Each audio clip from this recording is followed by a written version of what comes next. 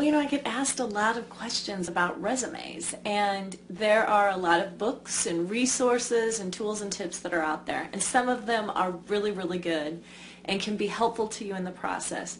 Some of the information that's out there is really bad, and it hurts job seekers. So I'm going to share a couple of things from my perspective as someone who looks and reads resumes all day long and works with their clients as we make determinations and decisions based on resume.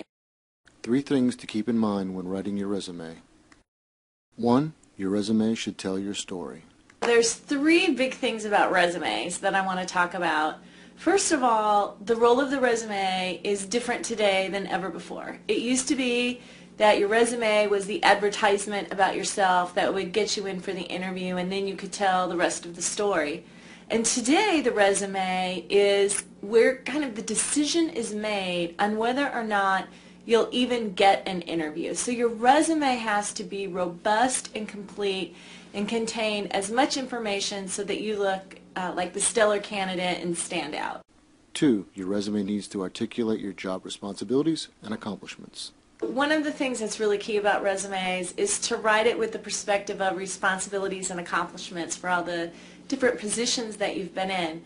What is horrible is when I get a resume that's full of a bunch of responsibilities for a particular job, but there's no accomplishments associated with it, or vice versa, where there's a whole bunch of accomplishments, but it really doesn't identify what this person was responsible for.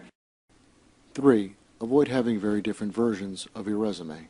I am not a fan of these multiple versions of resumes. I received one last week from an individual where one resume that was sent in identified this person as a very strong operations person, chief operating officer, and then it was followed by a resume that presented this person as an HR executive.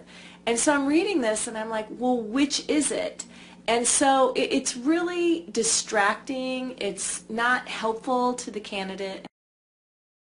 You don't want to be the candidate where a hiring manager pulls up your information and there's 4 versions of who you are and what your experiences are. Clearly connect responsibilities, accomplishments, and positions. I also am not a fan of the resumes that are built from the perspective of, let me tell you all the things that I've done at the top, and then I'll tell you where I worked later. Because guess what? Hiring companies are not going to go back and try to piece together where you were and when you did these things and put the resume back together. So it's really important to keep those things lined up. References available on request. Here's a very, very basic tip. Don't put references are available on your resume. It will make you come across that you're not business savvy. It goes without saying that you would have references when those are necessary and required. What about my interests? There's a lot of questions about what should you do regarding hobbies and different things that you do, and I would say if it relates to the position that you're applying for, that's great. But don't send me a resume that tells me you like to knit and you're applying for a controller position. I mean, those things just don't go together. It's not relevant to the position, and it's not really helpful.